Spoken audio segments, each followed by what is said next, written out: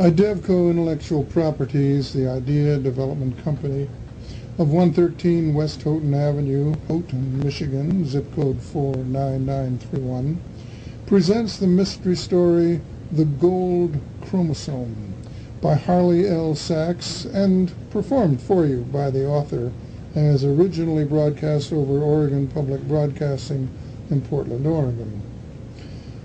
The Gold Chromosome is a work of fiction, copyright near 2000.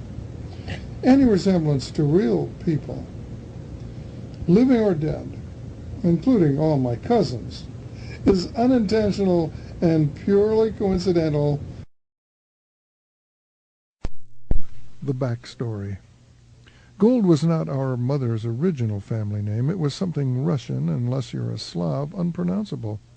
Great-grandfather Isaac, so the story goes, had the chutzpah to steal a horse from a drunken Cossack and flee to Poland.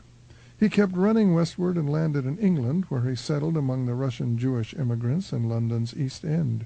I think he had a pushcart, no horse, in Petticoat Lane, where you're likely to have your pocket picked. Great-grandpa's having stolen a Cossack's horse seemed to have set the pattern for the whole family, for though they may not be horse thieves, the Golds are brassy, conniving, and crooked, sometimes even criminal. Great-grandpa Isaac had several children, but only Abe emigrated to America. Times were always tough in the East End, so as soon as Abe could, he got a steerage passage to the United States. His first act upon arrival at Ellis Island was to change his name to Gold. He'd heard that in America the streets were paved with it, and he wanted to get off on the right foot. Grandpa Gold was only 14, claimed to be 16, and got to Chicago, where he started as a runner, carrying numbers for gangsters. Eventually Abe had his own newsstand in the Loop. Until I learned the true nature of Grandpa Gold's business, I always wondered how someone could move from Hyde Park on the south side and retire to such a fine house in Deerfield and drive a Cadillac on what he earned selling copies of the Chicago Tribune, the Sun-Times, and a few magazines. Abe Gold married and had 6 children, all of whom grew up while the family still lived in Hyde Park. Ann Gold Rotman, my mother of blessed memory, was somewhere in the middle of the brood, and Sadie was the youngest. Naturally, there are lots of cousins. Those were the days before television and birth control. Besides my mother and Sadie, there were, well, let me get to that later. I'll introduce them as we go along, and I guarantee you won't be disappointed. Trust me. Trust. That's a family joke. Chapter 1. Sitting Shiva.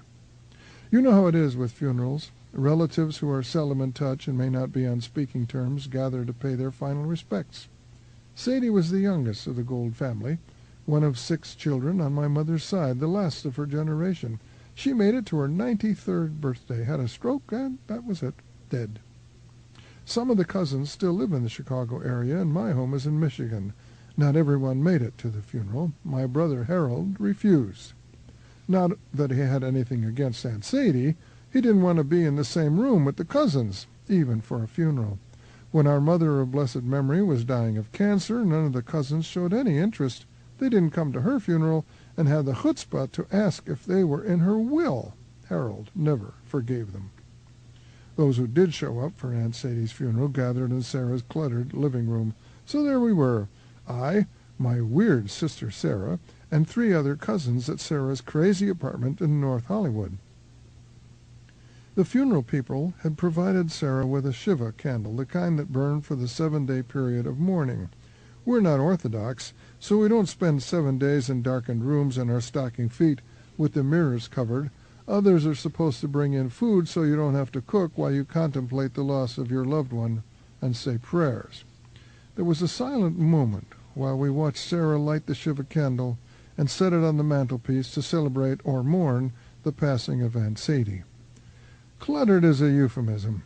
Sarah may be pushing 60, but she never got over the Raggedy Ann doll stage. She has hundreds of those rag dolls piled everywhere in her apartment, staring with those blank, trusting, painted-on black eyes, enough to fill a museum.